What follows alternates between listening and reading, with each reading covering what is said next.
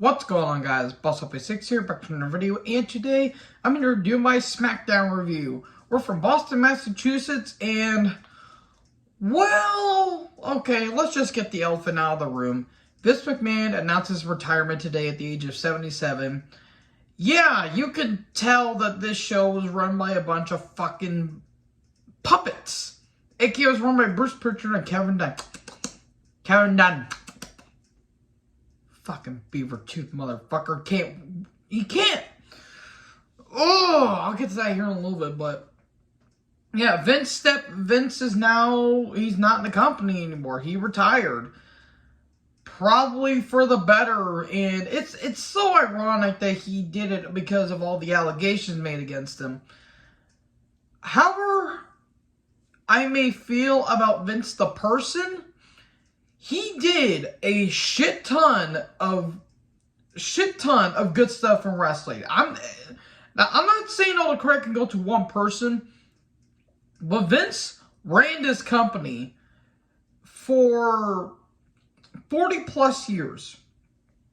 Because I think he took it from his father, sometime, was it the early 80s? Like 82, 81 or something like that. Point being, he's been running his company for 40 plus years. That is absolutely insane. Not only he ran the company, he wrestled in the company, and knowing Vince's father, his father would have been having an aneurysm knowing that his son was in the ring, because Vince Sr. did not want Vince Jr. to ever be in a wrestling ring. And lo and behold, he was doing this shit in his mid to late 40s. And he did it in his 50s, in his 60s, and he did it in his 70s.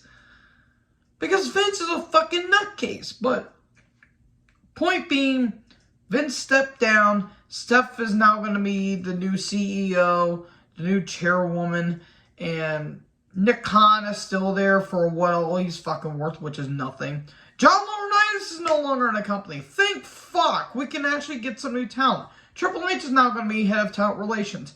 Good. Because Triple H knows how to do good talent. Now, all he needs to do is just run NXT right. That's all. Unfortunately, Bruce Pritchard and Kevin Dunn, they're still there because, you know, they're Vince's jack-off buddies. And I've been hearing rumors that Kevin Dunn's going to be retiring. Good. Fuck him. He's fucking awful. But let's get right into the show. This show wasn't really good. Like, it was pre-taped, and this was ran by Dunn and Pritchard. And boy, you can tell, because this show was this was bad. This was not a good show. And also, there was rumors that Brock, he left because he stated that if Vince is gone, then I'm gone. Well, I'll get to that in the ending, but yeah, we're on the road to SummerSlam. We're 8 days away, and they're booking this bullshit. So anyway, Stephanie's in the ring, and the show immediately fucking tanked. And talk about Vince's retirement, and thank you, Vince chants. Yeah, that's going to age well. Here comes the Street Profits. They come through the crowd. The audio was ass tonight, as I wrote down, because the audio was fucking weird. It was awful throughout tonight. Like, they would be trying to talk loud, but they would be very quiet. I don't know if Kevin Dunn got freaking jizz in his pants whenever he was so close up to the fucking face that he made the company just slipped off the knobs and turned all the way the fuck down. I don't know what the hell I'm talking about. It makes more sense whenever this fucking show was. So they're talking about their tag match, their title match at SummerSlam. Here comes Theory, Mr. Money in the Stink, in here to bore us. He does his typical bullshit promo about it. He's going to cash in on Roman. Then the Usos show up, and they're like, boy, you better watch your mouth before it gets kicked off if you talk about our tribal chief like that. And then there's a fight between the Usos and the Street Profits, and Hulk Hogan immediately likes this show. And then Theory joins in. Here comes Moss. We're having a 6-man tag. What? That's not predictable in the slightest. We got a recap of our television Nakamura 2 weeks ago. Nakamura comes down. Then Nakamura took on Martel with Walter. Kevin Dunn is fucking mad at his job, as I wrote down. Walter interferes like he gets in Nakamura's face and he tries to cost Nakamura the match. And eventually he does with the right hand. Bartel wins with a hammerlock. But apparently that's not good enough. And Walter chops him. And there you go. There's this tension. There's tension between the Austrians and the Germans. It's like World War II never left. Or has never ended. I'm going to get a lot of shit for that. But I don't care. Because this show was fucking trash. Okay, cool. Remember when people were saying, oh, they're going to strap the Rocket to Walter. He's not even on the pay-per-view. To be fair, the Intercontinental title hasn't been dick in what? 2018? So about 3-4 years, basically. Yeah, that's how much this prestigious Intercontinental Championship is meant. So, where were we? Okay, so we get a recap of Liv versus Rousey at Money in the Bank, where they showed that Rousey injured her knee. To be fair, she did land on her knee pretty hard. Kayla, sweet Christ is what I wrote down. God damn, Kayla looked great tonight. It's a face-to-face between Liv and Rousey. I could not understand what the fuck they were saying because the audio was god-awful tonight. Well, you're Liv Morgan and I'm Ronda Rousey. Man, Ronda really acknowledging the obvious there. And she says, I'm going to beat you, all this stuff, yada yada, and in the end, you'll shake my hand. I'm surprised she didn't say, what do you want me to do? Cut Sasha's hair, cut Liv's hair off and wash my feet with it. I'm surprised she didn't say that dumb shit. And she probably didn't think about it because she was thinking about school shootings conspiracies. Yeah, I'm gonna keep shitting on Ronda about that because the Sandy Hook shooting was not a conspiracy theory, you fucking morons. Fuck. Anyways, so yeah, I hope Liv wins because Ronda does not belong there. She does not want to be there. Then all of a sudden, Corbin attacks Pat. Corbin really should attack Cole because Cole was sucking ass throughout this entire show. But to be fair, he's not used to an old man and a fucking beaver yelling in his ear. Oh, wait. You gotta talk about this. Well, God damn it, pal. You gotta talk like this. I'm Vince McMahon, damn it. Scott's good shit. Like all that beef. Ow. God damn. It's better than John Lord. People power. God damn, Jesus H. Christ, son. Fuck you, John Laurinaitis. Anyways, enough of my tangents. So yeah, they have a brawl, and yeah, that happens. Petey Williams and all the other goons, they try to take Corbin off of McAfee. We cut the break, and then we come back from break, and we literally had a recap that happened 5 fucking minutes ago. And then Pat's in the ring. He calls Corbin a big bald baby, and he's going to put his ass to sleep at Nashville. Okay.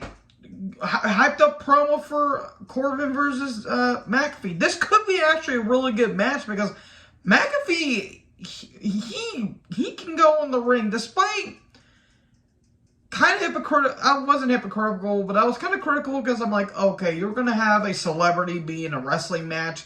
That's not going to work. I rightfully ate my crow when he had that match against Cole. Granted, yeah, he didn't sell that much. But the more matches he had, he's developed. And Corbin is smooth in the ring. His character's just boring as shit. But these two can have a really good match. So we get a recap of the Raiders and New Day last week. The most pointless fucking angle of that entire show. And that's saying a lot. Okay, the Raiders took on Mahal and Shanky. New Day on commentary. What the fuck was Xavier Woods wearing is what I put down. That was terrifying. Okay, cool. They're still having Shanky dance. Fire everyone. And I'm going to say that later on. Woods mentions the ROH and IWGP tag titles. I don't think without actually saying it because he says crisis companies or some shit like that. Acknowledging the other companies. Man, Vince, you should have took notes for that. Oh, well, we can't. That's competition, pal. Well, the reason why I would say that is because the War Machine, they're called War Machine, not the Vicious Viking Raiders. Can we have War Machine back, please? No? Okay, fuck you then. The match ends in DQ when Mahal gets thrown into New Day, and New Day tries to go after the Raiders. Cool, we're having this feud. The Raiders being heels isn't a bad idea. They just look like How to Train Your Dragon outcast, and it looks fucking retarded. Pierce is backstage, and then Neville shows up.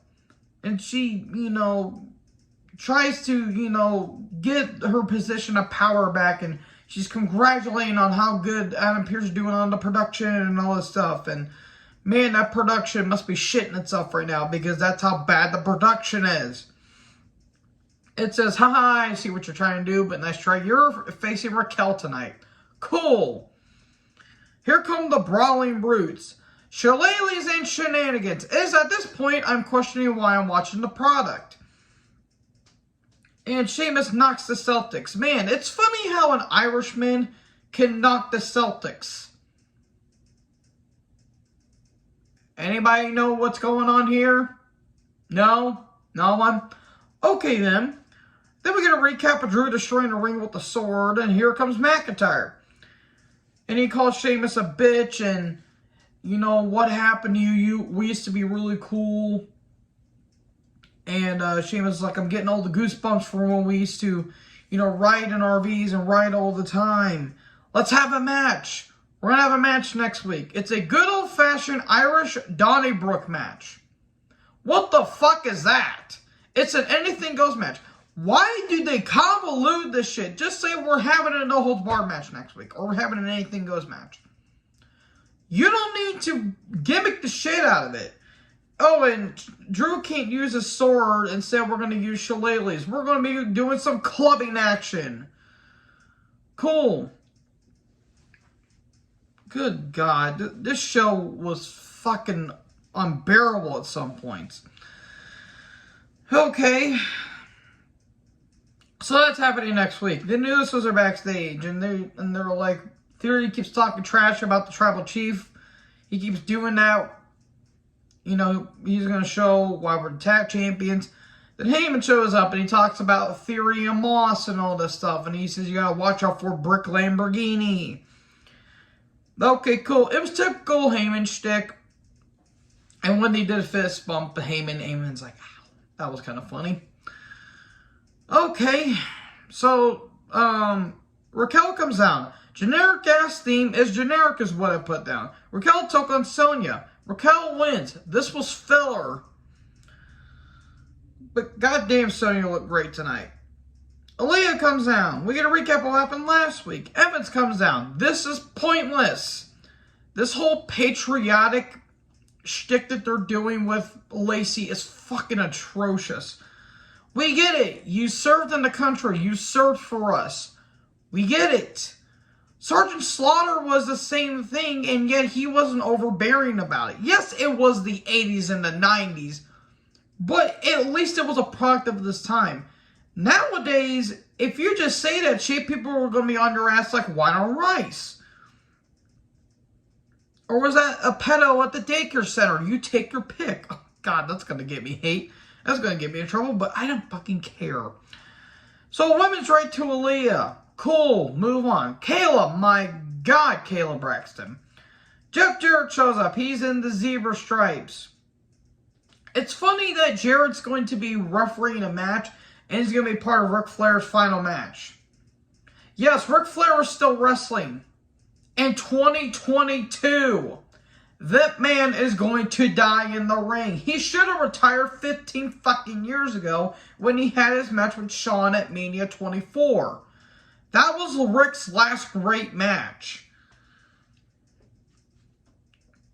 So he said he's going to call it down the middle, no bias, call it down the middle, and he does his typical catchphrase, which is one of the worst catchphrases of all time because it's too long. And that's what she said.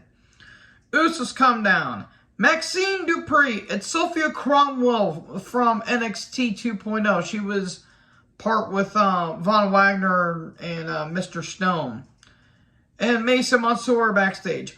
Fire everyone is what I wrote down. This gimmick is fucking atrocious. Then the Usos took on Theory took on Moss and Profits. The camera shaking is obnoxious, what I would put down. Theory tries to walk out. He hits a super kick. Ford, good lord, Ford got a lot of height on that jump. Theory uses a case and it gets disqualified. And all of a sudden, here comes Brick Lamborghini. It was all a ruse. Bork actually showed up.